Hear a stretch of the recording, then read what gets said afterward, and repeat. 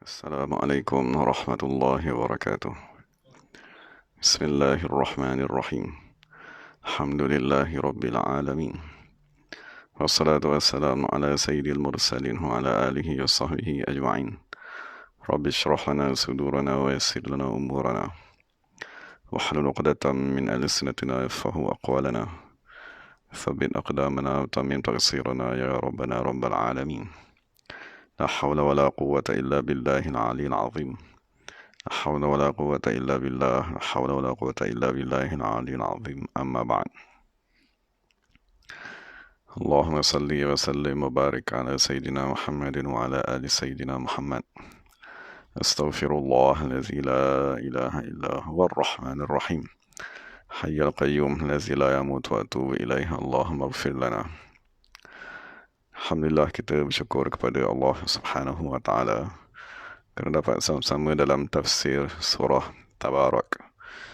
Jadi alhamdulillah kita sampai kepada ayat yang kelima, iaitu firman Allah Subhanahu wa taala, "Walaqad zayyana as-samaa'a ad-dunya bimasabih wa ja'alnaha rujuman lisyayatin wa a'tadna lahum 'adzabas sa'ir." Jadi pertama sekali Allah Subhanahu wa taala memulakan ayat kelima. Maksudnya ayat kelima ni menyatakan bahawa Allah Ta'ala menghias langit dunia dengan pelita-pelita, dan Allah jadikannya sebagai rejaman kepada syaitan, dan Allah sediakan bagi syaitan-syaitan tersebut azab yang menyala-nyala. Jadi apabila sampai kepada ayat yang kelima, pertama sekali Allah Subhanahu wa taala menyatakan lafaz zayyana. Jadi moga-moga sekiranya Allah Ta'ala izinkan, kita akan cuba sama-sama membincangkan kepentingan lafaz zayyana yang bermaksud kami hias. Allah Subhanahu wa taala menyatakan dalam bahawa salah satu perbuatan Allah ialah at-tazyin, menghiasi. Jadi sebelum kita membincangkan lebih lanjut ayat kelima ni, dalam ayat sebelum Allah Subhanahu wa taala menyatakan bahawa sekiranya kamu melihat kepada langit dan bumi, kamu tidak akan dapat melihat aib, kecacatan, kerosakan pada langit dan bumi.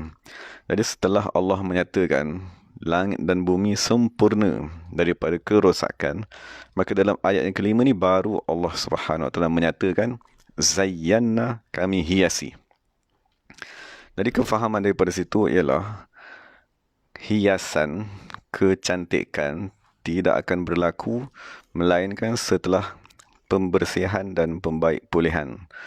Maksud setelah dicipta langit tadi bersih, tanpa aib, tanpa kekotoran, tanpa kerosakan, barulah datang peringkat kedua yang dipanggil sebagai hiasan.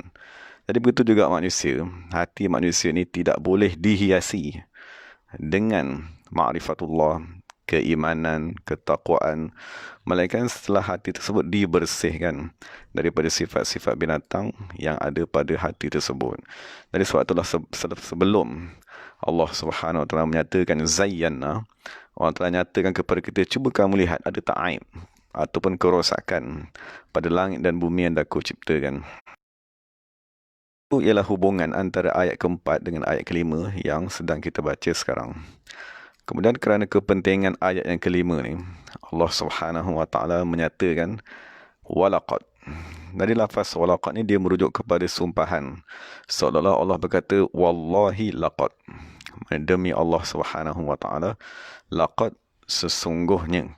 Jadi sesuatu ayat, kenyataan, sekiranya kita cakap tetapi orang yang mendengar tadi ragu-ragu, ataupun orang yang mendengar tadi tidak mengambil endah, ataupun orang yang mendengar tadi mengingkari, maka hendaklah kita memulakan ayat tadi dengan sumpahan seperti lafaz, supaya orang yang mendengar mengambil berat dan mengambil perhatian terhadap kenyataan yang kita ajukan kepadanya. Jadi itu faedah menyatakan walaqad. Jadi di mana-mana ayat Al-Quran, apabila kita jumpa, dia dimulakan dengan sumpahan seperti wal asri, wadduha, walaqad, maka itu menunjukkan kepada perkara yang nak disampaikan, perkara yang amat penting dan perkara yang paling diingkari oleh nafsu manusia. Maksud disebabkan yang mengingkari tadi itu ialah dia amat mengingkari arahan Allah. Dia amat mengingkari kenyataan-kenyataan, kan, panduan-panduan, petunjuk yang Allah Ta'ala berikan. Dan apabila Allah Ta'ala nak memberikan kepada kita satu petunjuk yang penting, Allah Ta'ala mulakan dengan sumpahan, supaya kita tahulah inilah benda yang kita kena lawan. Maksudnya kita akan bergelut dengan nafsu kita melawan sesuatu panduan yang Allah Ta'ala ingin nyatakan. Jadi apakah panduan yang boleh kita dapat daripada lafaz Zayyana ni? Jadi pertama sekali lafaz Zayyana, dia merujuk kepada Allah Subhanahu Wa Taala menghiasi langit dan bumi. Jadi menghiasi langit dan bumi ni, sebagaimana dinyatakan oleh Imam Fakhruddin Ar-Razi dalam tafsirnya, sekiranya kamu melihat alam semesta, kamu akan dapati alam ni seperti rumah. Rumah yang disediakan untuk manusia. Langit yang berada di atas seperti bumbung pada rumah yang kita bina sendirilah. Dan bumi tadi terbentang seperti hamparan. Kemudian Allah Ta'ala letakkan bintang-bintang seperti lampu dan pelita kepada manusia yang berada di dalamnya. Jadi manusia kamalikil baiti. Manusia kita ni, yang Allah Ta'ala ciptakan sebagai sebaik-baik makhluk ni, sebagai pemilik kepada rumah tersebut. Dan Imam Fakhruddin Ar-Razi juga berkata, kesemua tumbuh-tumbuhan, Allah Ta'ala ciptakan pokok, binatang-binatang, kesemuanya untuk kemanfaatan manusia. Jadi apa yang nak diberitahu ialah itu ialah satu nikmat yang agung yang Allah Subhanahu Wa Taala kurniakan kepada kita, sama ada kita sedar ataupun tidak. Jadi pertama sekali bila Allah Taala kata apabila aku telah menghiasi tempat tinggal kamu wahai manusia. Jadi kita manusia, tuntutan kepada kita ialah bersyukur. Tuntutan ke atas diri kita ialah memuji Allah Subhanahu Wa Taala. Jadi asyukru, bersyukur kepada Allah, itulah satu ibadat yang amat susah pun amat sedikit diamalkan, kerana Allah Subhanahu Wa Taala berkata, wa qalilun min ibadiyasy syakur. Amat sedikit kan manusia yang bersyukur kepadaku.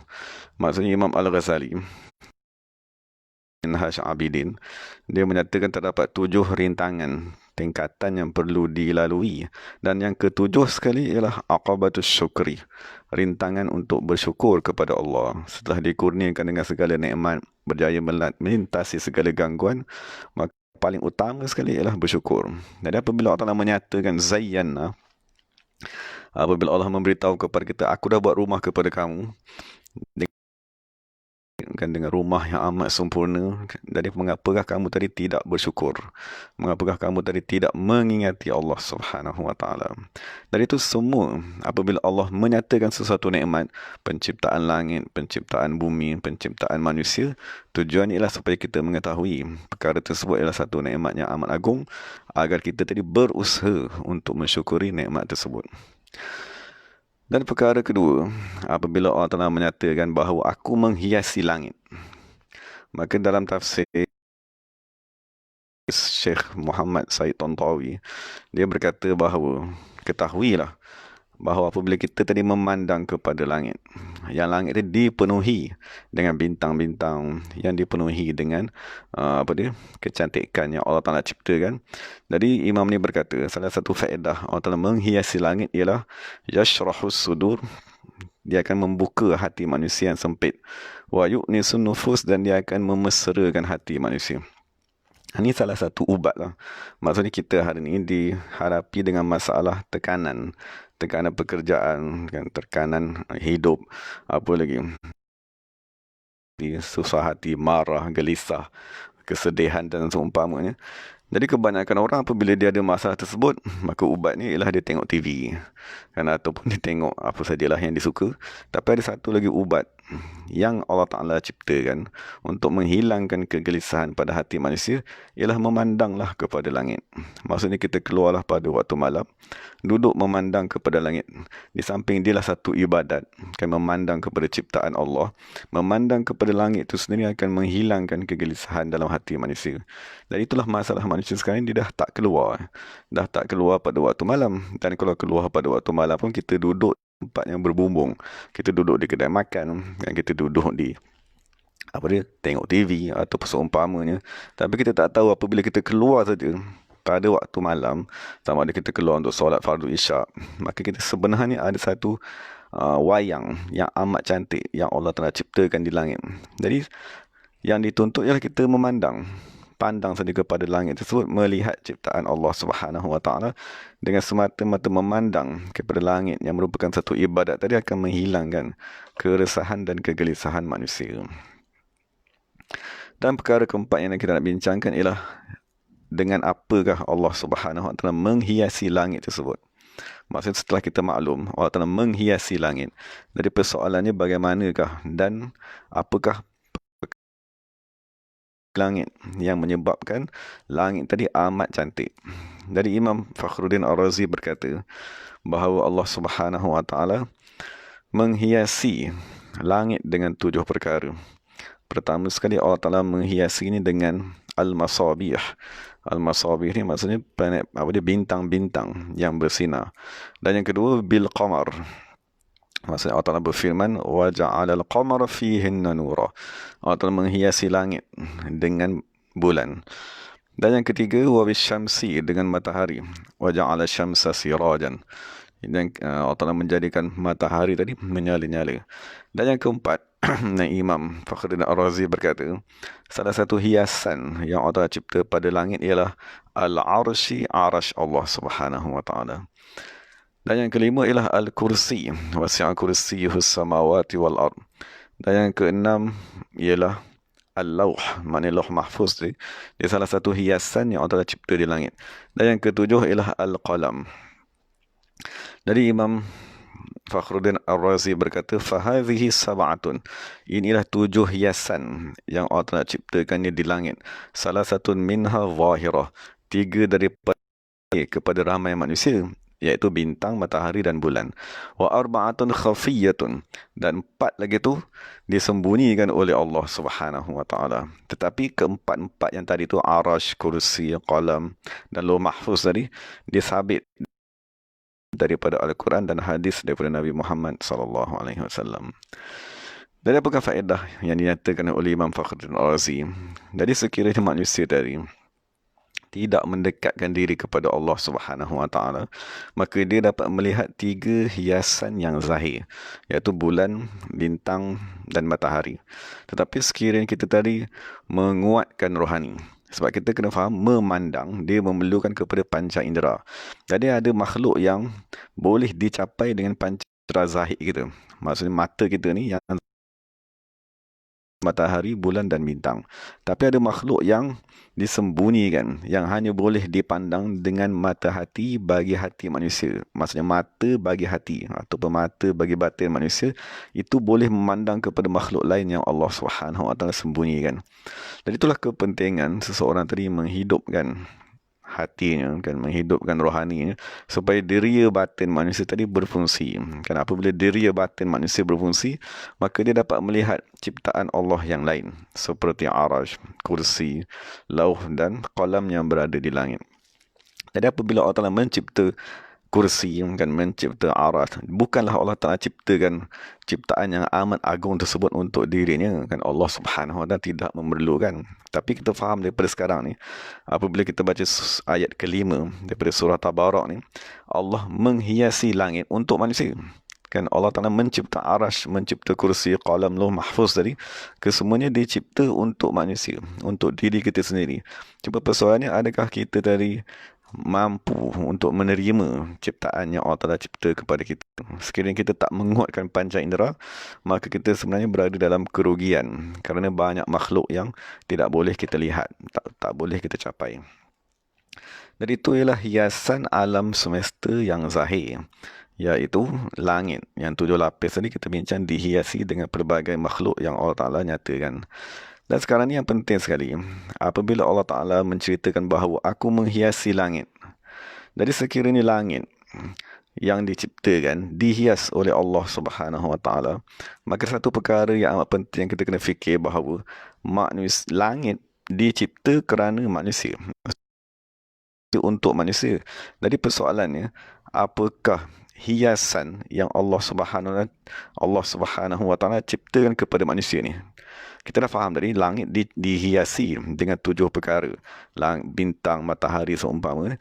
Jadi yang menjadi persoalan kepada kita, apakah hiasan yang Allah Subhanahu Wa Ta'ala ciptakan kepada manusia? Kerana manusia, hiasan pada diri kita ni lebih penting. Yang hiasan pada makhluk yang mulia tadi, iaitu manusia, lebih utama. Cuma Allah Subhanahu Wa Ta'ala, apabila dia menyatakan aku menghiasi langit dan bumi, maka seolah-olah Allah nak bagi tahu, wahai manusia, aku juga menghiasi kamu. Cuma persoalannya, apakah hiasan Allah pada diri kita? Dan kita kena lihat, adakah hiasan Allah Subhanahu Wa Ta'ala tadi dah ada pada diri kita ke belum? Dah kita terima kurniaan hiasan untuk mencantikkan jasmani rohani kita ataupun belum? Jadi apabila kita nak bincangkan hiasan pada manusia ni, jadi kita boleh pecahkan kepada dua. Hiasan pada zahir manusia dan hiasan batin manusia. Adapun hiasan pada zahir, maka Allah Subhanahu Wa Ta'ala menyatakan pada surah Al-Kahfi ayat 46. Allah Subhanahu Wa Ta'ala berfirman, Al-malu wal-banun zinatul hayatid dunya. Ketahuilah bahawa sesungguhnya harta dan anak-anak itu ialah hiasan pada kehidupan dunia. Jadi Imam Al-Baydawi berkata, Al-mal wal-banun, sesungguhnya harta yang kita himpun sebanyak-banyaknya, wal-banun, anak-anak yang kita pelihara, itulah hiasan hidupan di dunia semata-mata. Macam Imam Baydawi berkata, manusia menghiasi kehidupannya dengan hiasan tersebut. Kemudian hiasan anak dan harta benda tadi, tafna anhu amma qarib, akan binasa dan meninggalkannya dalam masa yang amat dekat. Maksud seberapa banyak kita himpun harta, kan seberapa banyak kita pengikut dan pengaruh, apabila kita mati masuk saja dalam kubur, maka kesemua perkara tersebut kita akan tinggalkan. Jadi yang nak diberitahu di sini bahawa sememangnya lah manusia berebut kan menghiasi rumah, kan menghiasi kenderaan, kan menghias pakaian, membeli makeup, kan menghiasi mukanya sendiri, macam-macam yang diusahakan oleh manusia. Tetapi Quran menyatakan hiasan tersebut tidak diambil kira di sisi Allah. Kan secantik mana pun rupa kita yang zahir, sekiranya batin kita tadi rosak, kan sekiranya batin kita tadi cacat, waliyazubillah, maka tak dipandang di sisi Allah, kerana Allah memandang kepada batin manusia. Jadi jangan sekali-kali kita tertipu dengan hiasan yang zahir. Kan maksudnya kita rasa suka, kan kita ada rumah yang hebat di dunia, tadi duduk di dalam neraka selama-lamanya, maka tak ada faedah. Apa saja hiasan yang dihimpunkan di dunia dalam masa yang hanya boleh dipakai dalam masa yang singkat, dibandingkan dengan neraka yang kekal abadi, dibandingkan dengan penyesalan selama-lamanya. Jadi itu hiasan pada zahir yang senang difaham. Adapun sekarang ni baru kita bincang inilah perkara penting yang nak diambil pengajaran. Apabila Allah kata, aku menghiasi langit, maka wahai manusia, ketahuilah bahawa aku nak menghiasi kamu juga. Kan manusia yang aku cipta di bumi ni, aku ingin menghiasi kamu, wahai manusia. Cuma persoalannya, apakah hiasan Allah pada diri kita? Ini yang kita nak bincang sekarang ni, dan kita kena nilai, adakah hiasan tersebut telah dikurniakan kepada diri kita ke belum. Jadi berkenaan dengan hiasan pada diri manusia ni, maka Imam Al-Qushairi radhiyallahu anhu dia berkata, Zayyanallahu sama. Allah Subhanahu Wa Ta'ala menghiasi langit bil kawakibi wan nujum, dengan bintang-bintang dan planet. Itu kita maklum lah. Wa zayyana quluba awliyaihi bi anwa'in minal anwari wan nujum. Dan Allah Subhanahu Wa Ta'ala menghiasi hati-hati kekasih-kekasihnya dengan cahaya-cahaya, dengan nur daripada Allah Subhanahu Wa Ta'ala. Falmu'minuna qulubuhum muzayyanatun bitasdiqi wal iman. Orang-orang beriman, hati mereka dihiasi bitasdiq, dengan membenarkan. Maksud kita maklum, membenarkan ni ialah membenarkan perkara yang berkaitan dengan Allah dan Rasulnya. beriman dengan Allah, kan, beriman dengan Rasulnya, beriman dengan khalifah-khalifah Rasulullah sallallahu alaihi wasallam. Itu dipanggil sebagai tasdik. Dan beriman tadi itu akan mendatangkan satu kurniaan yang dipanggil sebagai al-iman, keimanan. Jadi keimanan itu sendiri ialah hiasan kepada hati manusia. Thumma bitahqiq, kemudian dengan ilmu hakikat. Thumma bitawfiq, kemudian dengan penciptaan ibadat. Maksudnya apabila Allah Ta'ala telah mengurniakan hakikat, mengenal Allah Subhanahu Wa Ta'ala, kemudian Allah Ta'ala akan mengurniakan ibadat. Maksudnya pekerjaannya menjadi ibadat, makannya menjadi ibadat, tidurnya menjadi ibadat, kan, sembahyang sememangnya ibadat. Itu diistilahkan sebagai hiasan. Dan dinyatakan juga oleh Imam Qushayri bahawa al-arifuna, orang-orang arif, qulubuhum muzayyinatun bi syamsit tauhid. Hati mereka dihiasi dengan matahari at-tauhid, mengesakan Allah Subhanahu wa taala. Wa arwahuhum, dan roh-roh mereka muzayyinatun bi anwarit tafrid. Dihiasi dengan cahaya-cahaya mengesakan Allah. Wa asraruhum muzayyinatun bi atharit tajrid, dan asrar maksudnya tidak bergantung melainkan kepada Allah Subhanahu wa taala. Jadi ini ialah hiasan batin manusia dengan tauhid, kan, dengan nur, iman, tasdik. Tapi ini dinyatakan dalam bentuk anwar, cahaya, ataupun perbuatan, ataupun akidah. Tapi untuk memudahkan kefahaman kita, macam mana nak faham ini tasdik ke, ataupun keimanan ke, ataupun makrifat ni. Jadi untuk memahaminya dengan cara yang lebih mudah, maka kita rujuk kepada riwayat daripada Imam Abu Hasan Syazili radhiyallahu anhu. Maksudnya perkara yang dinyatakan oleh Imam Qushayri tadi, seperti keimanan, kan, makrifat dan seumpamanya, dinyatakan oleh Imam Abu Hasan Syazili dengan keadaan yang lebih senang kita faham.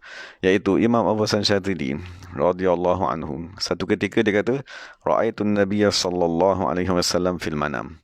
Aku melihat Nabi sallallahu alaihi wasallam di dalam tidur. Faqala, maka Nabi berkata, ya Ali, wahai Ali, tahhir siyabaka minad danas. Bersihkan baju kamu daripada kekotoran. Tahawwa mimadadillahi fi kulli nafasin. Nescaya kamu akan mendapat kurniaan Allah Subhanahu wa taala pada setiap kali nafas kamu naik dan turun. Faqultu, maka Imam Abu Hasan berkata, wa ma thiyabi ya Rasulullah. Apakah pakaianku, wahai Rasulullah sallallahu alaihi wasallam? Faqala, maka Allah berkata, innallaha kasaka hullatal ma'rifah.